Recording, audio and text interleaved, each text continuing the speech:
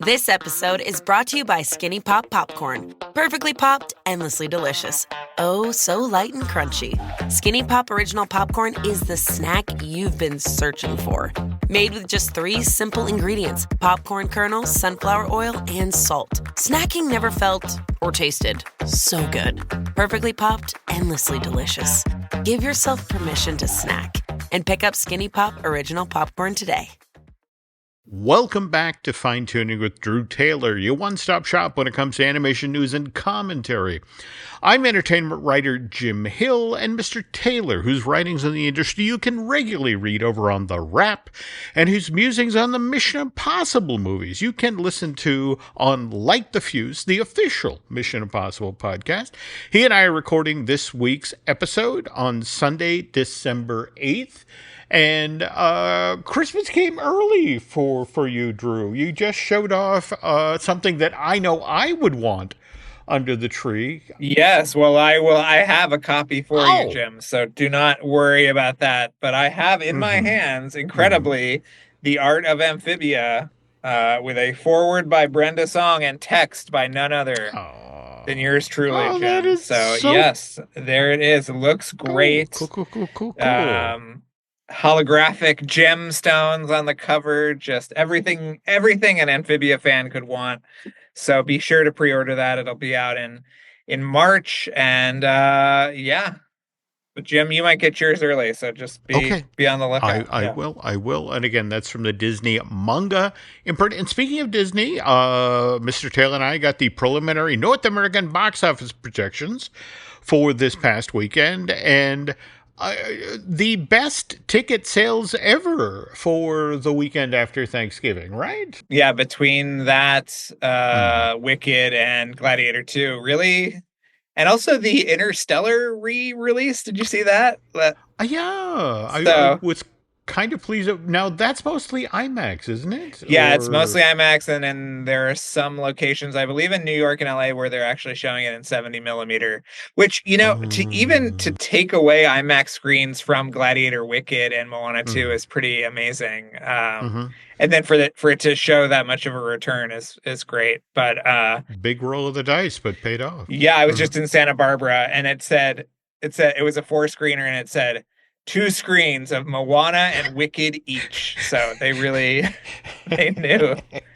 where it was going. But the 600 million, it just crossed the 600 million, which means it has crossed the entirety of Moana, the first Moana, correct? Yeah. Now, to put that in perspective, this has only been in theaters at this point for 12 days, where in order for the original Moana back in 2016 to make that amount of money, again, it topped out worldwide at $582 million.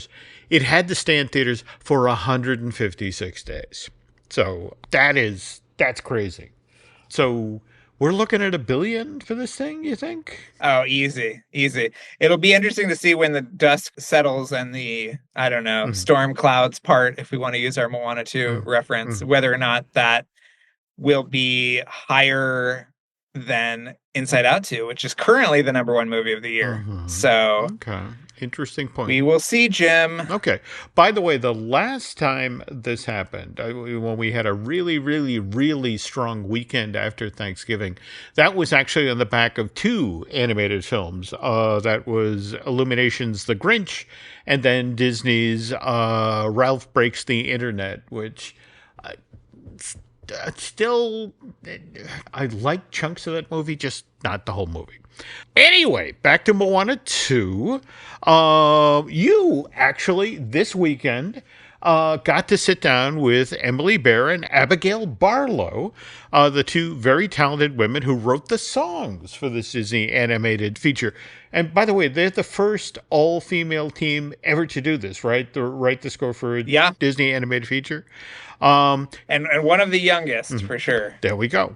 Okay, we're going to talk about that as well as this week's news in a moment. But first, we'd like to acknowledge our sponsors here at the Fine Tuning Podcast, and who are, of course, touringplans.com. And if you're headed down to Central Florida anytime soon to sample the theme parks that can be found around the city beautiful, well, Touring Plans can help you save time. More importantly, it can help you save money as you wander around Walt Disney World and the Universal Orlando Resort. So please check them out at touringplans.com. Okay, so let's set the scene for your talk with Emily and Abigail. Now, this was a SAG event, is that right? This was a SAG event on Thursday night. So they were actually getting ready, and I'm sure all of our listeners saw this footage. They were getting ready for their performance at World of Color the following night. Oh, no. Yeah, so we were talking about that. They were up so early to practice that.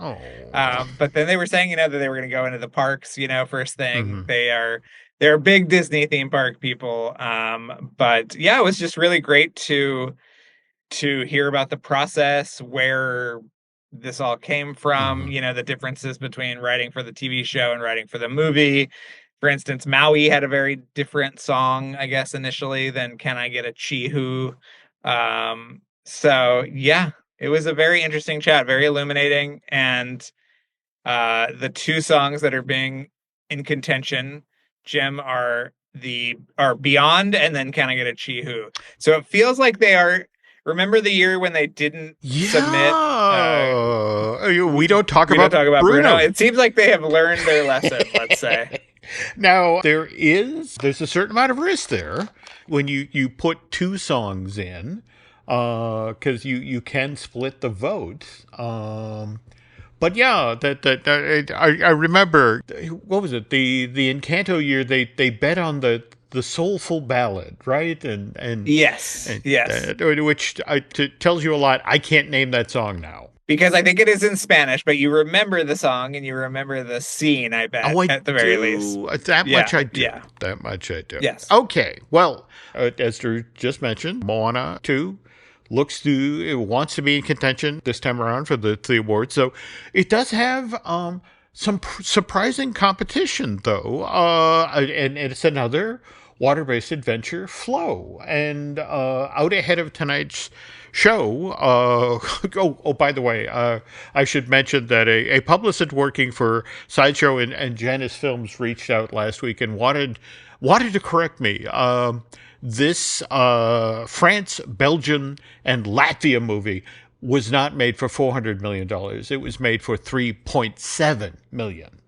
So, but as you were pointing out, Drew, it's already been named the best animated film of the year by, well, do you want to list who? Yeah, well, actually, there's one more since I even sent that email, which is that the Boston Film Critics Association named it the best animated feature of the year, which is going along with the New York Film Critics Circle and also the LA Film Critics Association, and the European Film Awards named it the best animated feature of the year. So it's really interesting because, like you said, this is a teeny tiny movie, no dialogue, made on Blender, a commercially available software. And it is going up against some real heavy hitters this year. It is. So, and just this week, in fact, we mentioned on last week's show, it was initially only playing in two theaters, one in New York and one in LA. But as of this weekend, it's now in 375 theaters around the country. And while I will be going to see Moana 2 tomorrow, in fact, I'm going with Nancy and her pool ladies. Hopefully they'll towel off before we go to the theater. Sometime next week, while Nancy's at Christmas Con down in New Jersey, I'm going to find a theater down there and check out Flow. So hopefully next show, Drew and I will get to talk at length about that. I can't wait. Speaking of Christmas, we spent much of last week's Fine Tuning talking about Rudolph the Red-Nosed Reindeer, which debuted on NBC 60 years ago this week. But if you want to see a stop-motion holiday special of a more recent vintage. SpongeBob and Sandy's Country Christmas debuted on Nick last week, Monday, December 2nd. It is now available on Paramount Plus as part of their 'Tis the Season for Streaming holiday collection. And have you managed to see this yet? No, this is a new special for this year? Yes, it is. Yes, it is. And now, mind you, it's the same folks, Screen Novelty, who did It's a SpongeBob Christmas holiday special, which debuted on CBS back in November of 2012. And that special actually has a really kind of interesting origin. Tom Kenny, who everybody knows is the voice actor on SpongeBob, he and his writing partner, Andy Paley, were just getting started back in 2009, and they wanted sort of a calling card to put out there as they went around looking for work. And they wrote this song called Don't Be a Jerk, It's Christmas. And what wound up happening is someone at Nick came across the song and was like, this is a holiday special. And Tom's like, don't be a jerk. It's Christmas is a holiday special. Yes. Now go write 3 other songs and we'll do this with SpongeBob. So I don't know if you've actually heard the song Don't Be a Jerk, It's Christmas, but it deserves more airplay, Drew. It has a great message and a great musical hook. And Tom's a nice guy. It's played around the halls of the Hill House at Christmas. There you go. That tells you, and that tells you more about our relatives than perhaps you really need to know. Anyway, okay. Speaking of Christmas, that makes me think of snow. It's already snowed twice up here in New Hampshire. We're only 8 days into December. But if we're talking about snow, we got to talk about that trailer for the live action Snow White, which how long has this been in the works, Drew? I was doing some research before we got started here tonight, and the Hollywood Reporter announced in October of 2016 that this was in development at Disney, and it took 3 years, almost 3 years, but by May of 2019, they had hired Mark Webb to direct, and then November of 2021, Greta Gerwig is writing the screenplay, and then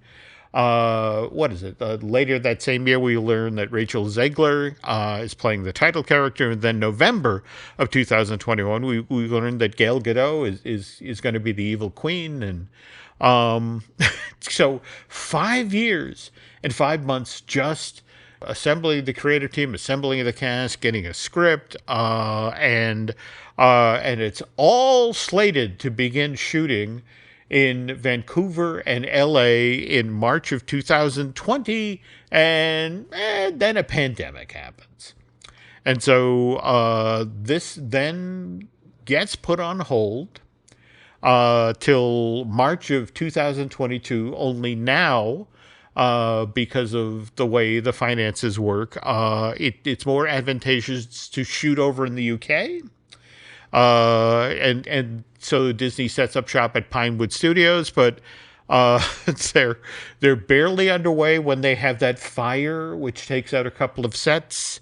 But they press on. They get it all in the can by July of 2022. Though that said, there were some reshoots in June of this year, 2024. So, all right, you saw the trailer, Drew. What do you think? 5 years of work, Jim, and nothing to show for it, unfortunately. I mean, listen, it's a trailer. The movie could be much better. True. I wasn't super impressed with what I saw. But yeah, I very much hope to be proven wrong come... Mm-hmm. When is this thing now coming out? March of this year? Or it was originally supposed to come out in March of 2024, but it's now been pushed back to March 21st, 2025, which brings me to an interesting point. because you got to remember, this is produced by Mark Platt, who right now is a very happy guy because he's the guy who spent almost 2 decades getting the film version of Wicked up off the ground. So that's playing in theaters and people are loving it. What you're saying is 5 years is a blink to Mark Platt. What I'm saying is Mark Platt's going to have a very interesting march, okay? Because I'm sure you've been seeing the stories in the trades about Wicked now appears to be in very good shape entering the Oscar race. And this year's Academy Awards are on March 2nd. So Mark could start off his month really, really well. It's true. It's true. And then on March 21st, Snow White comes out. And, best of times, worst of times.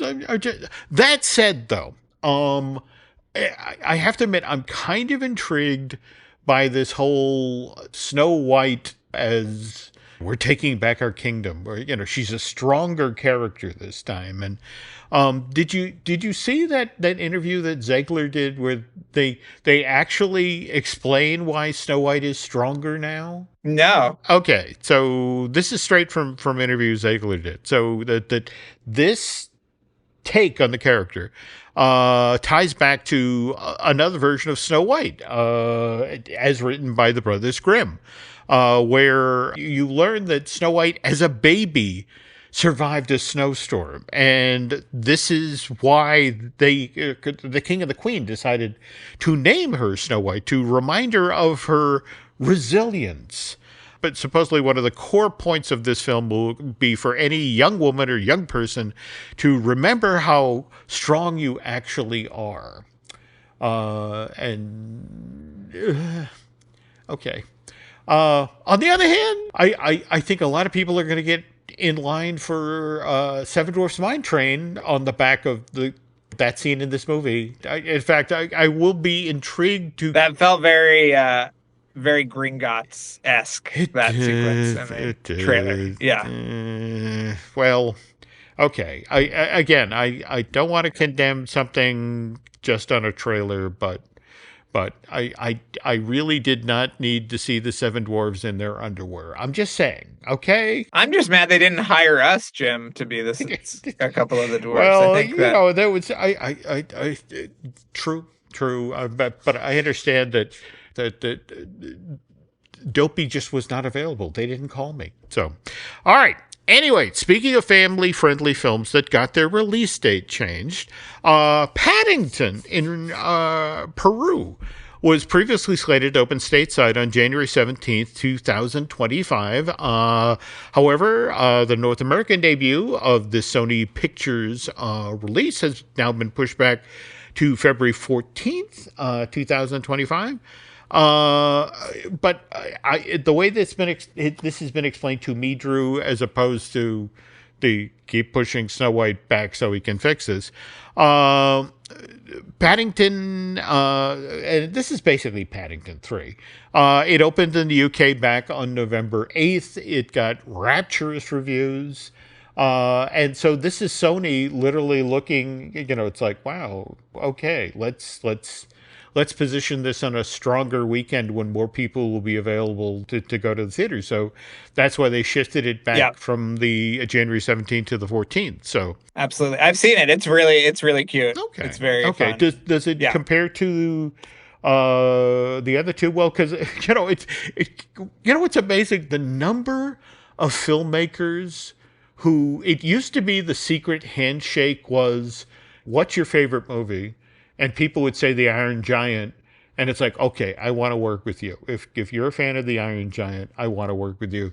But I have to admit, I'm startled by how so many people these days, when you ask them, what's your favorite film, or in particular, what's your favorite sequel? It's like, oh, it's Paddington 2. And it's like, okay, I want to work with you. Well, this one does not have the Paul King magic that those two movies did, but it is still delightful and fun and beautiful animation. So, yeah. It's also interesting because Sally Hawkins did not return as the mother It's Emily Mortimer this time, which adds a new dynamic, so that's fun. Yeah, it's delightful. It's so interesting you say that, Paul King and Sally Hawkins, because again, I only get control of the television, after 11 o'clock at night for 20 minutes before Nancy and I go to bed. But I cannot tell you the number of times that Wonka has run on Max. And I will be blipping along, and if it's on, I have to stop and watch it. It is so much fun.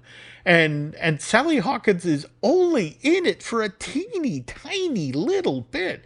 But boy, he gets the juice out of her. Yeah. And again, who would have thought this far after the fact to do a prequel to, Charlie and the Chocolate Factory and deliver the goods? Yeah, it's a lot of fun. Hey. And now he's doing a Prince Charming movie, so we saw that. Yeah, that's going to be interesting. Okay, we were just talking about Snow White.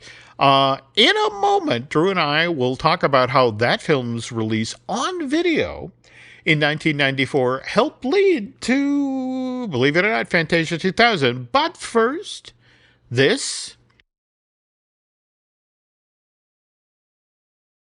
And we're back. Okay, so we are going to be talking about the Fantasia sequel that Disney put in the works in 92. And in fact, we know that because of the work print that showed up online just within the past week or so. Have you watched the full thing of that yet, Drew? I started to. It's actually not a full work print of the movie. It's sort of a collection, Jim. And you know how they did this of kind of like, it's kind of a sizzle reel of various things that were in production at the time. So there's some Beauty and the Beast stuff. It's just so funny, Jim. You'll love this, that I was in bed whenever this happened, and I sprung out of bed, and Katie said, "What's the matter?" And I said, "Someone's leaked a work print of Fantasia 2000. I need to download it now before it goes off." And it speaks to our marriage that she just didn't blink an eye and said, "Okay, go." There we go. Yeah. There we go. Yeah. But yeah, that they supposedly started work on this Fantasia. At that point, it was called Fantasia Continued. But all right. But before you talk about that, though, there's two other things, two other news items we neglected in the front half of the show. I really want to touch base on because, well, first of all, Creature Commandos is now available for streaming on Max, right? Yeah. Have you watched I think it's just one episode is up. Have you watched yet? I have not, but I read a wonderful interview with James Gunn where he talked about how he was actually writing this show and prepping it when he got the offer to become the head of DC Studios at Warner Brothers Discovery, and how this, again, I think we talked about this previously, how in a weird sort of way, this is sort of the Star Wars Rebels of Disney bought Lucasfilm, sort of a sense of what's about to come over the hill, the sort of storytelling, that sort of thing. And it sounds, well, he was making the comparison that it shares a lot of DNA with Guardians of the Galaxy, but at the same time, it is a much darker story. Yes. It's more of a continuation of his Suicide Squad movie. Yep. I asked him that too. I said, well, why start off this DC Studios universe with a, R-rated cartoon? And he was basically like, well, because it was already written. Yeah. So, but it's so great. I look forward to you watching it, Jim. I look forward to our listeners watching it. It is just, it's a trip. We'll have much to discuss, especially after the last episode airs, I believe in like late January. Okay. So, okay. I promise to get started as soon as we get done here. Also, on last week's show, Drew brought up those two Simpsons holiday episodes that are only going to be available on Disney Plus. But you also wanted to mention that there are two additional holiday shows coming from the Mouse this year, right? Yeah, there's a new. So apparently on Fridays on Disney Channel they do this Christmas programming, which I'm too proud to say what the title is. So Jim, I'm going to have you say what it's called. The Well, what is it? Fa La La La Friday or something? Yeah. all right, hang on. Disney Channel's Fa La La La the Day. Yeah, that's There we okay. go. Some intern is very proud of themselves. Okay. Yes.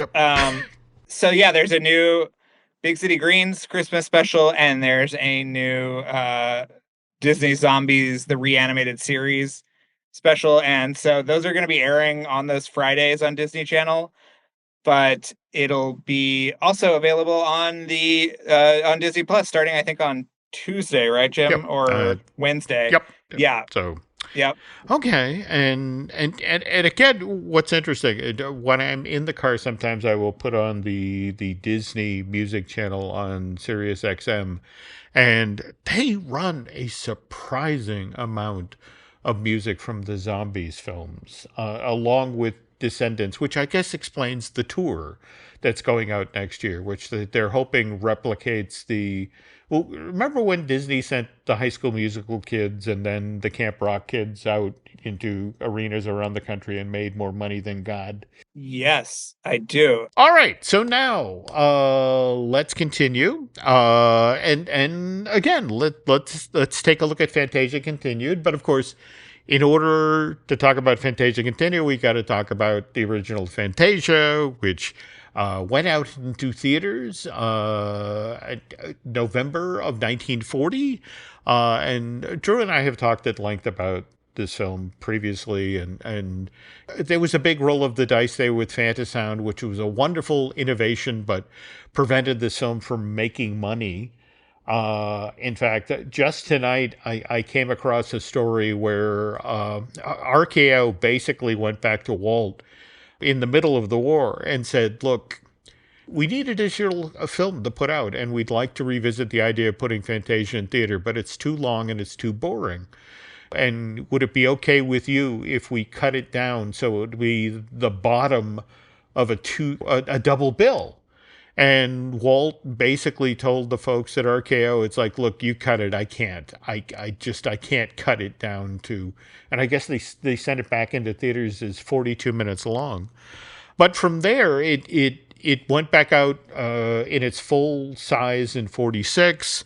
I want to say 10 years later in 56, they put it out in sort of the widescreen format, but the problem was the top of the images, the bottom of the images got cut. And then it went back into theaters in 1963. And this is actually one of my favorite Walt Disney stories.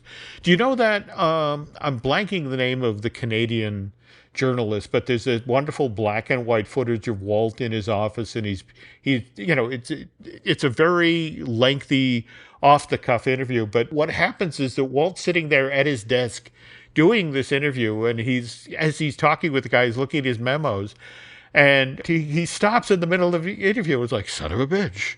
It's like, Fantasia finally came into the black. He's got the report. Over 20 years later. There we go. Right, there we go. Yeah. 1963. It finally made money. And then, of course, in 69, there's the famous head version of it, where they basically sent it back out into theaters with a blacklight poster. I saw it first time in theaters and was bored to tears in 1977. Whereas, do you know about the version they did in 82, where they actually cut the Leopold Stokowski soundtrack and brought in Irwin Kostal, the guy who did the music for Mary Poppins? He re-recorded the entire score, but in digital. No, is that available anywhere? It was available for a very short time. The movie actually went out into theaters. It was the very first film in theaters, digital sound, in 1985. The classical music community lost their minds. It's like, what do you mean you cut Leopold Stokowski's his direction of the soundtrack? How dare you do that? And Disney, when it went back out into theaters in 1990 for its 50th anniversary, the Stokowski soundtrack had been returned and had been buffed up, and it's like, please forgive us. But what we all didn't expect, because again, this is still the Disney company which supposedly has the famous Disney Vault, where movies, the classics, the Pinocchios, that sort of thing, those go out into theaters every 7 years. They certainly don't go home as home video. So this was what was startling November of 1991 when Disney announced, okay, you can buy Fantasia, you can bring it home. Now, mind you, it was only supposedly going to be available for 50 days, and then it was going to go back into the Disney Vault. But the company sold 14.2 million cassettes. So huge success that year. But now, mind you, the folks at Home Entertainment had to go to Roy E. Disney himself and say, okay, we would really like to do this as home video. And Roy did a very interesting thing. He basically went to Michael Eisner and said, okay, I'll allow you to do this because this is kind of our family's heritage, Fantasia. But with the understanding that the money that we make off of the sales of the VHS version of Fantasia, I get to take a chunk of it and go off and develop a new version of Fantasia, which, by the way, the company had already tried. And I'm not talking about the Claire de Lune or Peter and the Wolf or that sort of thing, but there was, have you ever heard of this project Music Cana?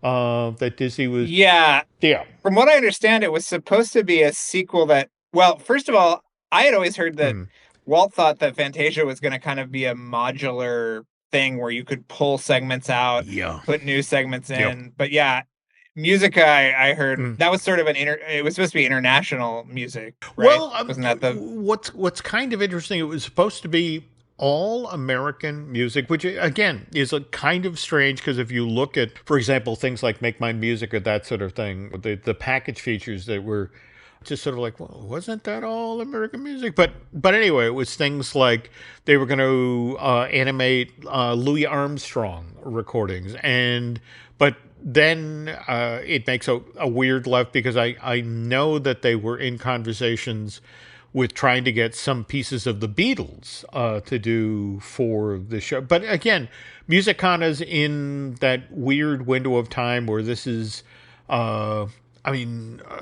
maybe you've seen some of the artwork that John Lasseter did for, there was supposed to be a sequence in this for The Emperor's Nightingale. Yep, I remember that. Okay, yeah. Disney did a storybook. I mean, long story short, Disney had been looking at doing something Fantasia-like, Fantasia-adjacent.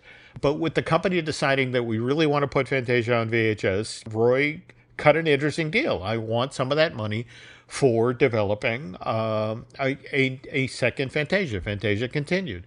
But as Drew just mentioned, with the notion of it's a modular approach that, the thinking was we'll keep one or two pieces of the original Fantasia, but the other scenes will be brand new things. And in fact, they did do that with Fantasia 2000. There was the Sorcerer's Apprentice. And what was the other one? And was there another one? That might have been the only one. Wow. Okay. All right. So anyway, word goes out in the company. In fact, I've got a couple of copies of Rabbit Rabbit here at the house. That was the newsletter for the Walt Disney Animation Studios Florida, where they were just reminding employees, hey, the Fantasia Continued Gong Show is coming up. And please get your pitches ready because Roy's coming and, we want to be represented. So, but this week, what's intriguing about this work print that's out there is we're all now finally getting to see what Michael Eisner wanted to put into Get a Fantasia Continued, and that's his take on pomp and circumstance. And Drew, do you want to describe that? It's such an ill-conceived segment. And then you finally see it because, Jim, you and I have been talking about, we've heard about this sequence in hushed tones over the past 20 years. Yeah. So to see it and to see how truly awful it is, even in execution, okay, what it is the princesses having children, basically.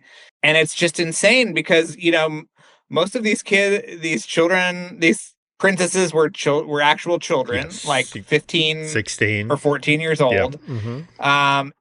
It's a bizarre clash of music, piece, and animation, I thought. And I mean, yeah, watching it even in a very rough shape just shows you how bad it was going to be and how quickly they pivoted to.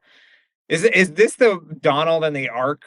Is that what it ended up being? Now, what's interesting about this is I'm told that there's a variant out there because first of all, we have to talk about the famous gimmick that they were going to do for this when they were going to bring back Mark Davis and Ward Kimball and Frank Thomas and Aldi Johnson to animate their own characters in the scene.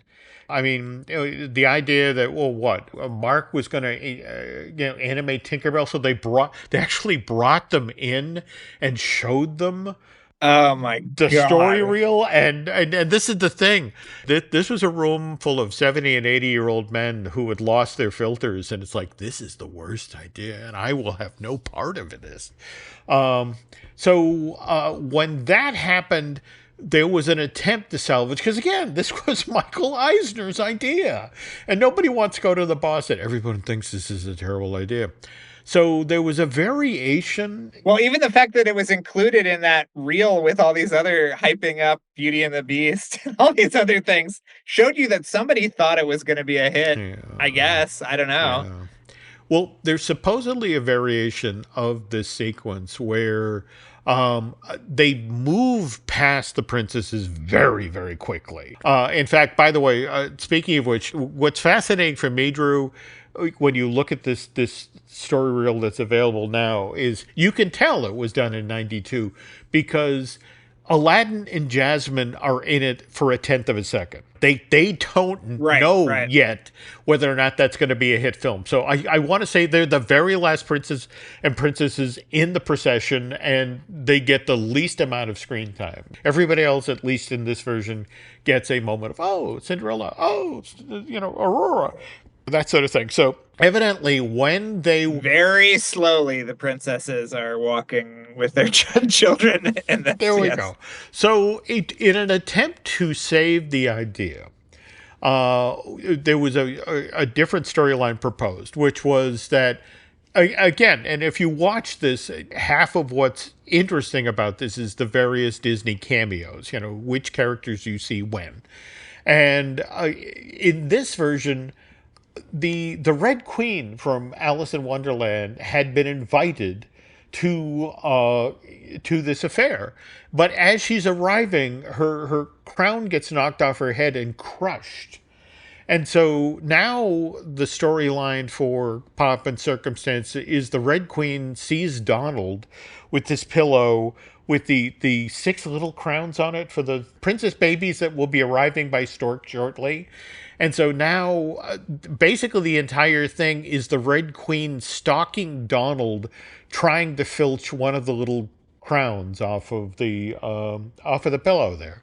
So and that one got developed, that one got boarded. Everyone looked at it and said no. But at this point, everyone sort of liked Donald in Pomp and Circumstance, and so this is how we ended up with the Noah's Ark version that we got in the finished film. But yeah, anything else? Bullet dodged is what I say, Jim. Bullet dodged. All right. Anything else from that sizzle reel that leaped out at you? Oh God, I need to go through it. I'll have a forensic breakdown on an upcoming episode. Okay. But yeah. All right. But it's like an hour long or something. So yeah, there's a lot of stuff in there. No, absolutely. And definitely worth checking out, folks, just to see sort of work in progress. And again, just sort of a interesting window into what was going on at Disney in 1992. So anyway, and speaking of forensics, if you listen to the most recent episode of Light the Fuse, you will hear Drew and his able-bodied co-host, Charles Hood, going through the trailer that recently got dropped for Mission Impossible: The Final Reckoning, which again, when you can talk about those sub scenes, Drew, I want to hear about those sub scenes. Okay, we will. Yes, those look crazy, but that's not due to arrive in theaters till May 23rd, 2025. Anything else on the light diffuse front? I mean, I know previously you and Charles have been circling back on, you have so many great shows in the archive there that you were putting back in the spotlight. Yeah, we'll be back in January, full steam ahead. We are going to celebrate the franchise and then, of course, get into the final reckoning full force. Cool.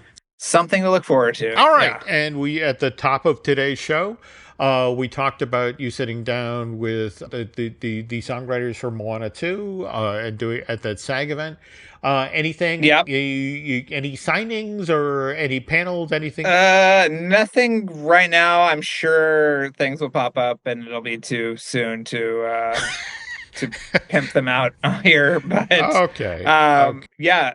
Always keep an eye on the wrap for new stuff. But besides that, nothing to plug at the moment, Jim. Okay. And speaking of plugs, we have a bunch of podcasts here. We, of course, have Disney Dish, which I do with Lynn Testa, which is about the parks.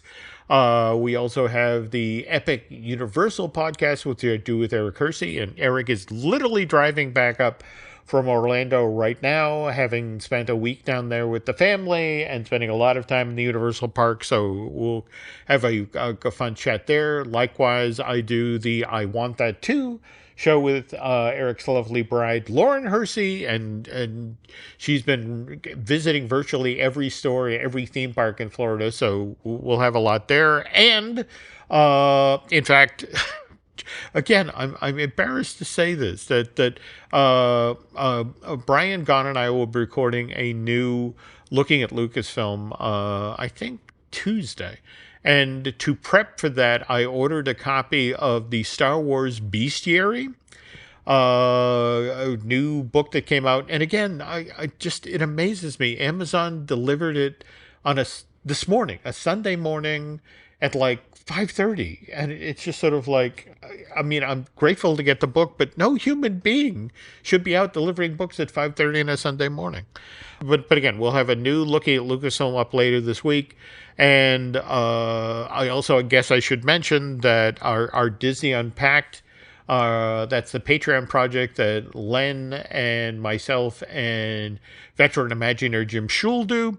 And we are beginning the lead up to this month's video, which will be about the extraterrestrial alien encounter in Stitch's Great Escape. So we're now talking to get into that story properly. We're now talking about Werner von Braun's relationship with the Walt Disney Company. And in fact, how I came across this amazing story about how you have to remember that Werner von Braun was a gentleman who was working for the other side during World War II, and it helped invent the V-2 rocket. And so when he was 100% a Nazi, Jim, and he was probably still a Nazi when he came to America. But yeah, go ahead. But this is the thing. So the Naval Research Laboratory, which had been tasked by Dwight Eisenhower to get the U.S. space program going, they kind of took the fact that, yes, Werner had worked for the Nazis personally, so they would not award him a security clearance. He couldn't come work on the U.S. Space program, even in its infancy. But here's the thing, that everything that the Naval Research Laboratory did rocket-wise blew up on the pad in Cape Canaveral. And after about the third or fourth time, it was like, okay, guys, we need to talk about Werner von Braun again, because you clearly need some help here. And look, he works with Walt Disney. How bad can he be? And it's just the notion of that's how he got into the space program, because he'd done those. Really? That's insane. Well, but that tells you so much of the power of television.